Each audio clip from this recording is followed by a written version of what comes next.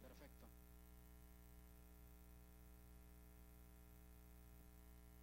Hola, ¿me escuchan? ¿Me escuchan bien mi presentación? Bueno, pues agradecemos a Felipe Uribe, al doctor Felipe Javier Uribe Salas, por esta presentación, su ponencia sobre prevalencia de marcadores de infección por T. pallidum y características predictoras en personas que viven con VIH y reciben tratamiento antirretroviral, ha de ser, ¿no? Retroviral, aquí está. Sí, retroviral, en el programa del VIH-Sida en la Ciudad de México. Como esta es la sesión séptima novena del seminario interno del Departamento de Estudios Población. Este sería el último seminario de este año. Todavía tenemos calendario para el próximo año. Maru nos está haciendo el favor de ayudarnos en la organización y en la coordinación misma de esto. Entonces, por favor, ahí cualquier cambio de fechas y temas, inclusive, que quieran platicar, pásenle la información a Maru, que nos está ayudando. Y bueno, le agradezco mucho a Felipe nos platique sobre este proyecto. Adelante, Felipe, y muchas gracias. Sí, muchas gracias, Rodolfo, y buenas tardes a todos allá en el Departamento de Estudios de Población. Este es un proyecto, nosotros hemos trabajado bastante sobre enfermedades de transmisión sexual desde el punto de vista de salud en México. Y este es uno de los proyectos que hemos realizado en el contexto del programa de VIH de la Ciudad de México. Por ello está el doctor Luis Juárez, el doctor Galileo Vargas, la doctora Andrea González, las químicas Verónica Ruiz, Yasmín Medina y Patricia Iracheta, de la Clínica Especializada Condesa en la Ciudad de México e Iztapalapa. Este trabajo ha sido enviado a la revista Archives of Medical Research, está bajo dictamen. La siguiente.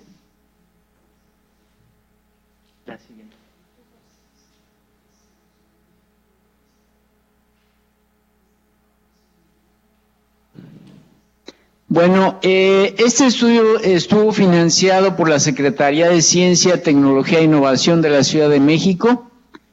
La siguiente. Lo presentamos en el 19 Congreso Panamericano de Infectología, donde obtuvimos el segundo premio de los trabajos libres.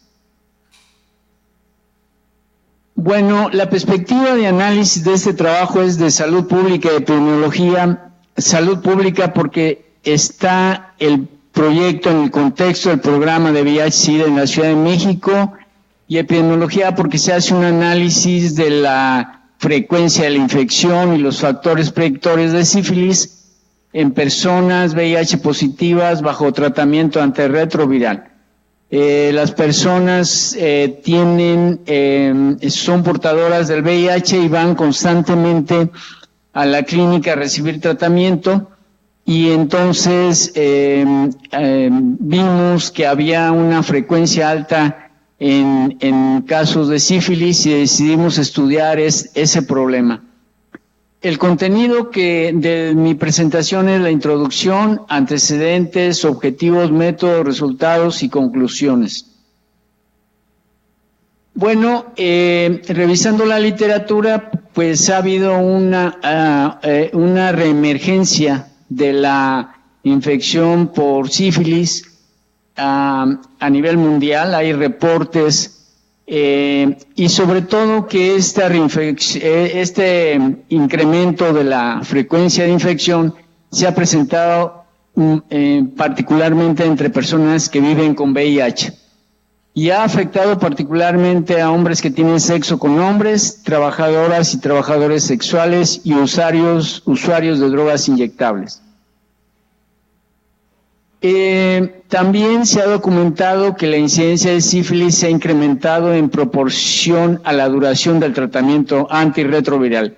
Parecería ser que hay una confianza, ¿verdad?, en que al tener el tratamiento antirretroviral, pues no hay una protección adecuada en las prácticas sexuales y esto ha facilitado la transmisión de la infección. Y también se ha incrementado la frecuencia de reinfección. Recordemos que la sífilis es una infección que se puede volver a presentar. Así se recibe tratamiento, se resuelve el proceso de infección, pero puede haber una nueva infección si hay una exposición. ¿Qué pasa en México? En México, en 2001, el gobierno del Distrito Federal instituyó el programa de VIH-Sida en la Ciudad de México. La clínica especializada Condesa, dependiente de la Secretaría de Salud de la Ciudad de México, es la que opera el programa. Y esta clínica es la que atiende al mayor número de personas que buscan hacerse la prueba de VIH. Y tengo la impresión de que es el lugar donde más personas se atienden por el problema de VIH. En 2009 se incluyó el diagnóstico de sífilis para la detección integral y rápida del VIH y otras infecciones de transmisión sexual en la Clínica Condesa. Y ahí se encontró una frecuencia alta de usuarios positivos a la prueba de sífilis, y estos pues son las personas que van a recibir tratamiento antirretroviral. ¿Qué hay de otros trabajos en México que nos puedan decir que sí? Bueno, hay un incremento en la frecuencia de sífilis entre personas positivas al VIH. En 2014 se reportó una alta frecuencia de infección por sífilis activa de 21% en hombres trabajadores sexuales, en quienes la frecuencia de infección por VIH fue alta de 35%. En 2015, otro trabajo en personas VIH positivas se encontró una frecuencia de 25% y esta se elevó a 30% en hombres que tienen sexo con hombres. La siguiente. Entonces, lo que nosotros nos propusimos es construir una corte de pacientes masculinos VIH positivos que estaban bajo tratamiento antirretroviral. Y quisimos evaluar las prevalencias basales del marcador de infección por T. pallidum, o sea, la bacteria que produce la sífilis, analizar la relación de dicha prevalencia con las características sociodemográficas, prácticas sexuales, diagnóstico previo de sífilis y gonorrea y duración de tratamiento antirretroviral de las personas estudiadas. El protocolo de este estudio fue evaluado por los comités de investigación y de ética del Instituto Nacional de Salud Pública. Entre marzo y julio de 2018 se incluyeron 2.383 individuos masculinos para la conformación de la Corte. Fueron atendidos en la Clínica Especializada Condesa 2011 y 373 en la Clínica Especializada Condesa de Iztapalapa.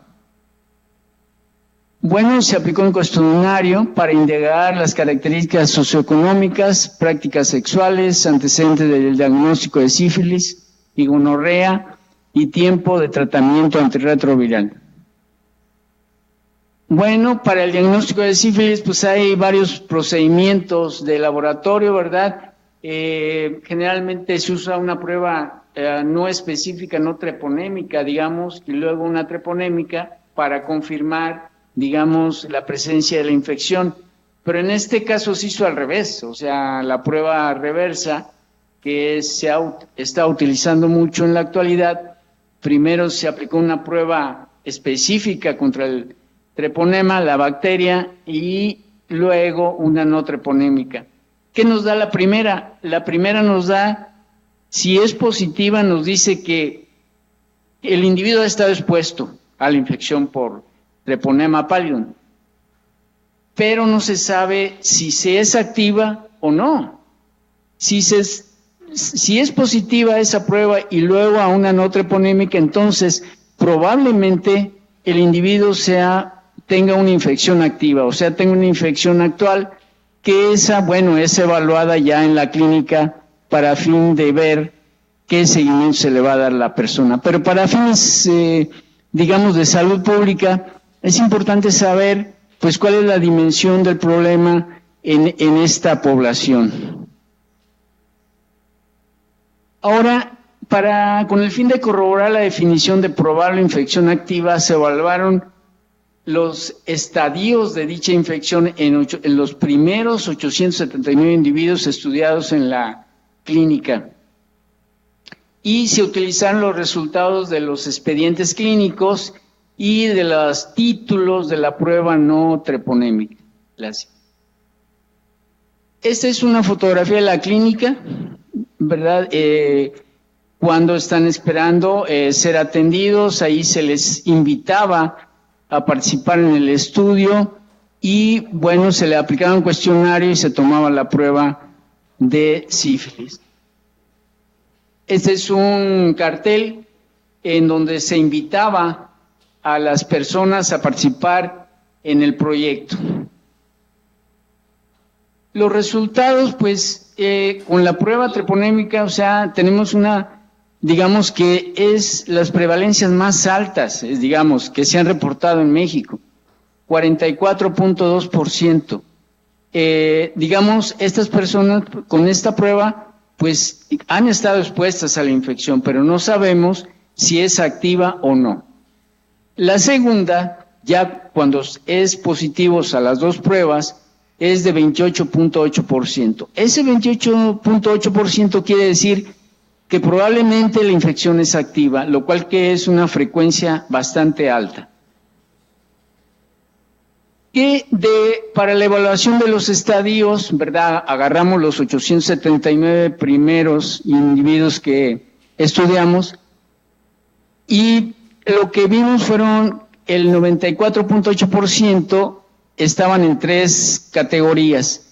Sífilis tratada en seguimiento, el 23%, sífilis tratada y curada, el 37%, y reinfección por sífilis en seguimiento, 33%. O sea, 33% es una frecuencia alta de reinfección en esta población. Estos son los títulos. Los títulos quieren decir que a mayores diluciones, todavía está presente la infección. Por ejemplo, ahí sífilis tratada en seguimiento nos da idea de que se detectó y se está dando tratamiento y tiende a ir hacia abajo, hacia los títulos bajos.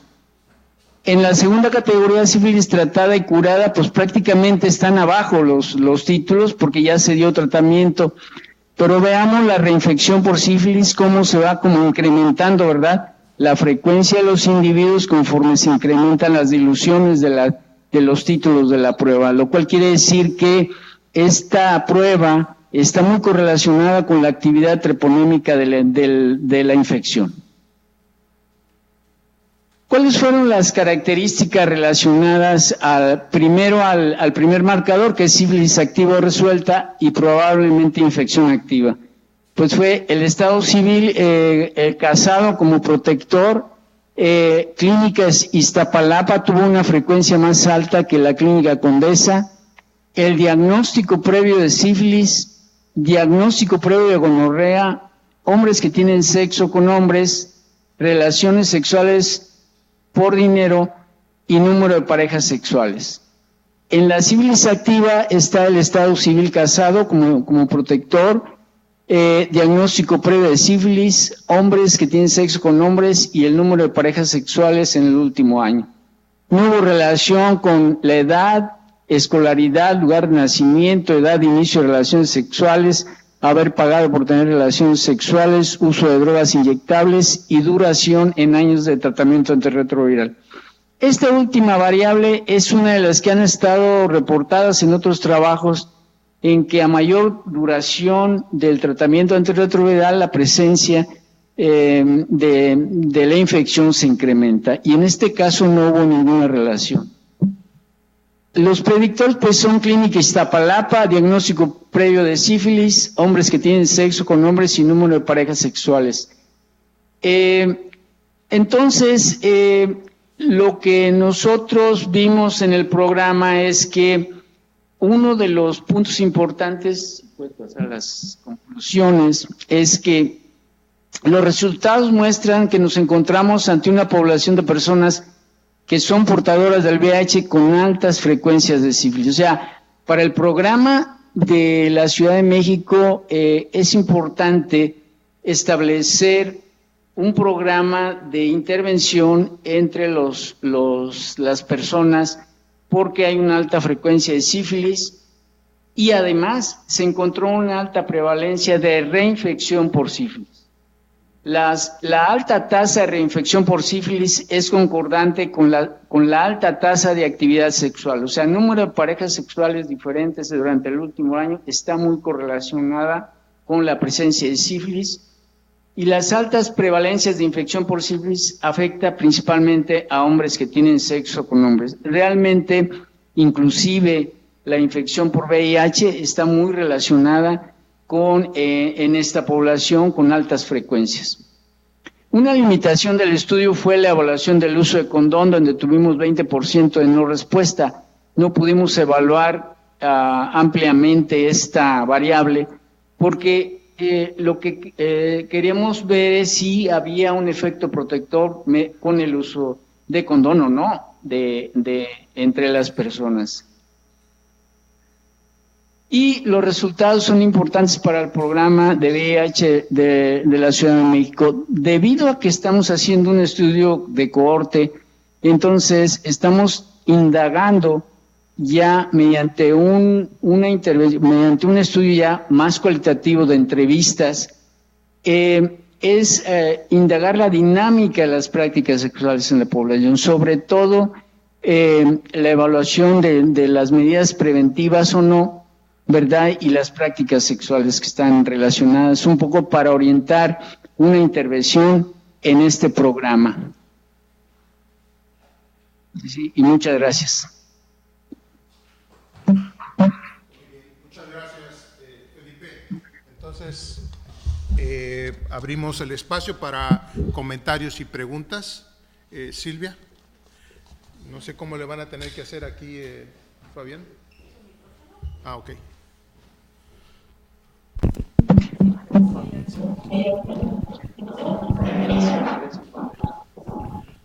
Ahí en mi oficina. Hola, Felipe. Muchas gracias por tu presentación, está súper interesante. Me surgen preguntas desde mi ignorancia realmente. Una es, ¿qué tan representativo es este grupo de personas que asisten a estas dos clínicas en relación a las características que se han descrito para la población general en México con VIH-Sida? La otra es, no vimos las características sociodemográficas de la muestra, pero después tú dices que no hay un efecto de la escolaridad. ¿Cómo era la escolaridad? Me quedé pensando en la cabeza cómo era la distribución de la escolaridad. Y la última, pues, ¿qué nos podrías hablar del subdiagnóstico que debe haber en la población, que me supongo que debe ser muy alto? Adelante, Felipe. Sí, cómo no. Bueno, es una población muy particular, difícilmente puede hacer un estudio representativo. Es una población que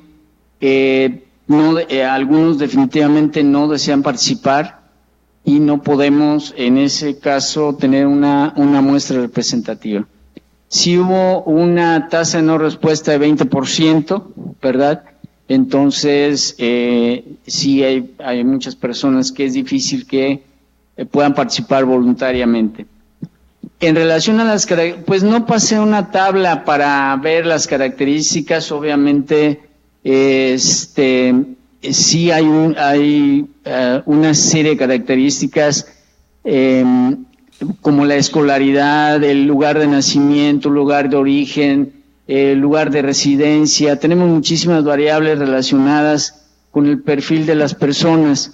Lo que yo presenté solamente es si algunas de estas características estaban relacionadas con los marcadores de infección, poco para orientar cuáles son aquel perfil que estuviera más relacionado con este proceso de infección. Lo que encontramos que fue más bien las prácticas sexuales y el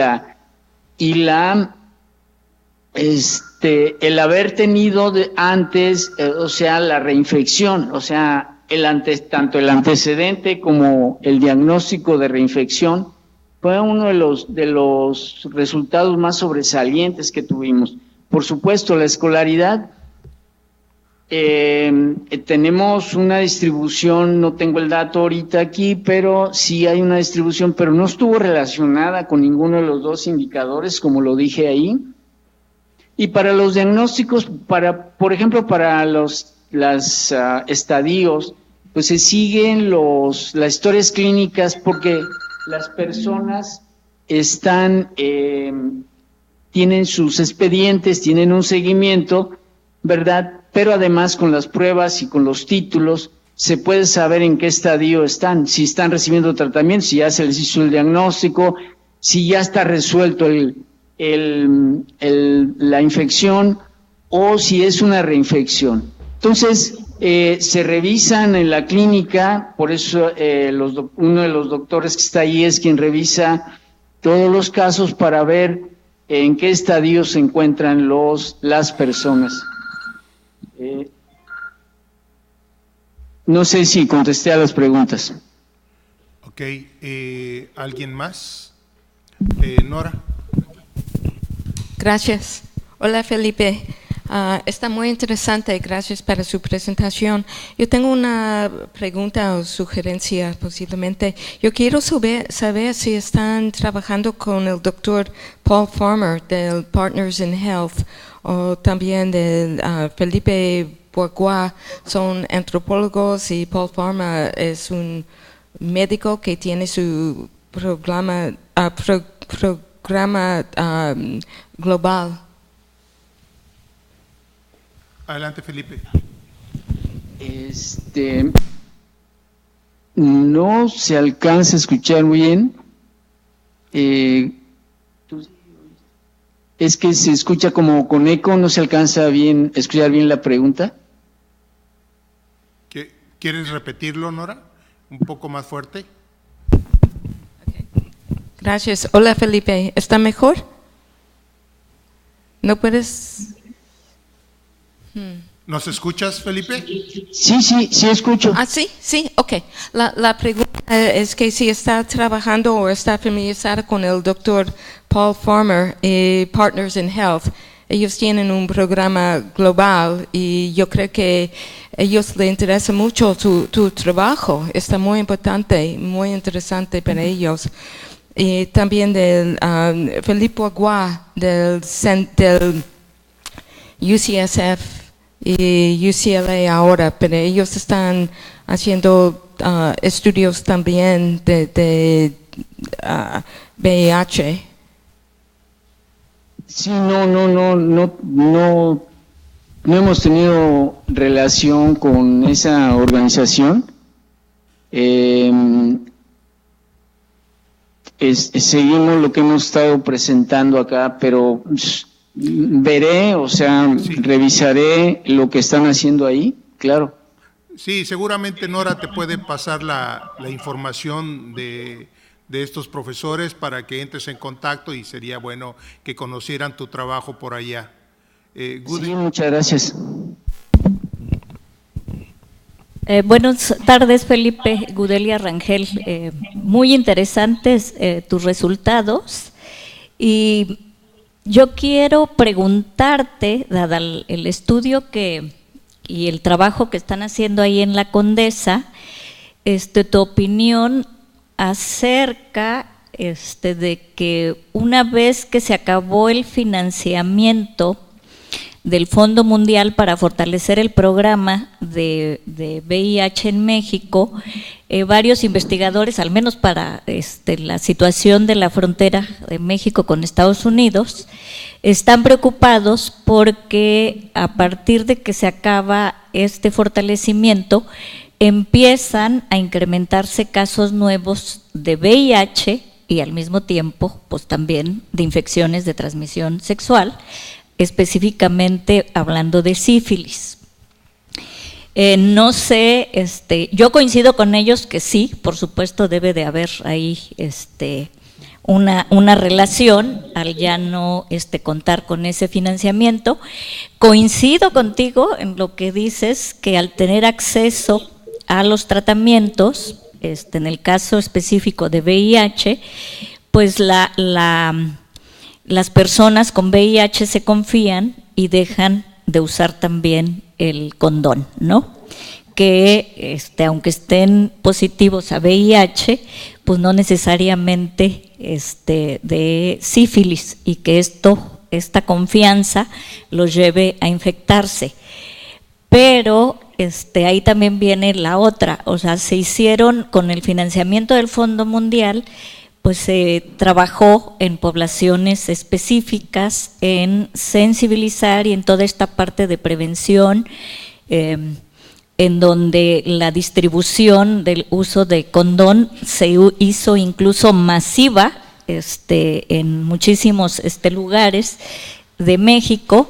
Mi pregunta es, ¿qué opinión tienes tú en el caso del incremento de nuevos casos por la falta de este fortalecimiento? Sí, bueno, yo acabo de estar en la reunión anual de la Sociedad Mexicana de Salud Pública que ahora fue en Pachuca, y realmente fue una caja de resonancia de todo lo que está ocurriendo. No solamente hay preocupación por el programa de VIH, ¿verdad?, del financiamiento, inclusive quienes están en relación con las vacunas también estaban esperando que había repuntes de sarampión, etcétera. O sea, hay una incertidumbre de lo que yo pude captar, y obviamente cuando cualquier programa empieza a tener limitaciones, pues los casos empiezan a incrementarse. Lo que nosotros pudimos ver acá es que ya son pacientes VIH positivos, tienen tratamiento antirretroviral, van periódicamente por su tratamiento, y pudimos ver que había un repunte muy importante de sífilis, ¿no? El asunto con esto es no solamente puedan tener contacto con parejas dentro de la red que ellos tienen, sino fuera de la red, ¿verdad? Entonces, por ahí se ha incrementado la frecuencia de sífilis, pero lo que se ha visto en México acá ha sido en ciertos grupos, ciertos sectores en los que es repunte en toda la población. Pero lo que tú dices me parece sí una preocupación de qué es lo que va a ocurrir con los programas si empieza a haber esta limitación económica, ¿verdad? Sí es una, todos los que participaron ahí en los programas de VIH y etcétera, pues sí sienten esa incertidumbre. Sobre todo no sabemos en la Ciudad de México qué tanto en el programa, qué va a pasar el año que entra, ¿verdad? Entonces sí, estoy de acuerdo contigo con eso. Oye, Felipe, yo tengo otra duda, un poco quizás desde mi propia ignorancia sobre el tema. Volviendo un poquito a la parte esta de, pues, qué tan representante es este grupo que se atiende ahí en la Condesa. Puede o no ser representativo estadísticamente, pero como tú mencionas, pues es donde se atienden la mayor parte de los pacientes de VIH, y en qué medida, un poquito es mi duda, realmente este tipo de resultados de tu investigación o de tu grupo realmente tiene una incidencia en lo del programa de la Ciudad de México, es decir, realmente qué tanto lo pueden tomar o no en cuenta este tipo y qué tipo de acciones el programa de la Ciudad de México puede o no estar tomando. No sé si me explico. Sí, mira, nosotros hicimos un estudio previo ya publicado en la Revista de Salud Pública de México, en donde estudiamos 12,000 y tantos personas que llegaban a hacerse la prueba, no solamente VIH, o sea, llegan las personas a hacerse la prueba y entonces tienes el resultado, ¿no? Son todos los que llegan. Entonces no solamente sacamos VIH, sacamos sífilis, hepatitis B, hepatitis C, etcétera, ¿no? Y entonces, al ver las prevalencias de sífilis, había dicho yo en 2009, se estableció el programa de detección se fortaleció el programa de detección de sífilis. O sea, con el resultado del estudio ya se sabía, o sea, sí se había visto los médicos en la clínica el incremento en la frecuencia, pero con un estudio pues tomas el elemento y estableces la detección per se, ya estableciéndolo en cada paciente, hacer la prueba. Ese es un impacto de esto, ¿no? Lo otro es, ahora, ¿por qué sigue habiendo una frecuencia tan alta de sífilis? O sea, ¿de qué manera poder intervenir en el programa, hacer una intervención para disminuir esa frecuencia? Y por supuesto, este segundo estudio, que estoy presentando, pues no tiene una representación poblacional, por supuesto, ¿no? Pero de alguna manera está orientando y es consistente con los resultados de otros estudios de alta frecuencia de sífilis en personas con VIH.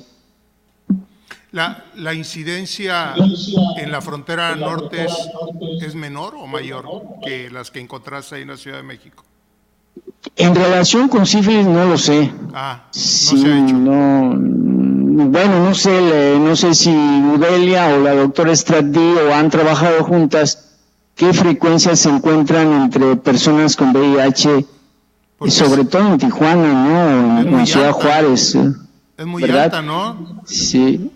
También en fronteras es muy alta. Pues sí, hay que buscar. Espérate. En población migrante no solamente vamos a hacer detección de VIH, también vamos a hacer sífilis y hepatitis. ¿Y es igual de alta que esta que presenta? En migrantes no sabemos, apenas lo vamos a hacer, pero en pacientes con VIH sí es alta. Sí, es muy alta. Ignora. Gracias. Hola, es Nora otra vez. Gude, yo tengo una pregunta para ti. Está hablando del VIH, sífilis y también de tuberculosis, ¿verdad? Está muy alta en el mismo grupo. Sí, bueno, VIH y tuberculosis, pues es el binomio. Y el problema que pasa desde las instituciones es que una persona con tuberculosis sería obligatorio que le hicieran, por ejemplo, el examen de VIH, pero no siempre se hace, pero la tuberculosis como una enfermedad concomitante de VIH, pues es alta. ¿Alguien más? Y ahora tienes, el trinomio es diabetes también, VIH, tuberculosis, diabetes. Bueno, ¿algún comentario que quieras añadir, Felipe? No, o sea, vamos a dar seguimiento para la segunda parte de la corte y solamente pues evaluar esta parte que no nos quedó clara de las prácticas sexuales, ¿no? De la protección, el uso de condón, porque tal parece que las personas se confían por el tratamiento antirretroviral y tienen prácticas sexuales sin protección. Entonces parecería ser que esa es la base del repunte de la infección en esta población. Muy bien. Pues muchas gracias, Felipe, por esta interesante plática, y Maru te va a hacer llegar tu constancia de participación en estos días. Muchas gracias, Felipe, y que tengas buen fin de año. Igualmente a todos, buenas tardes. Bye. Bueno, pues gracias.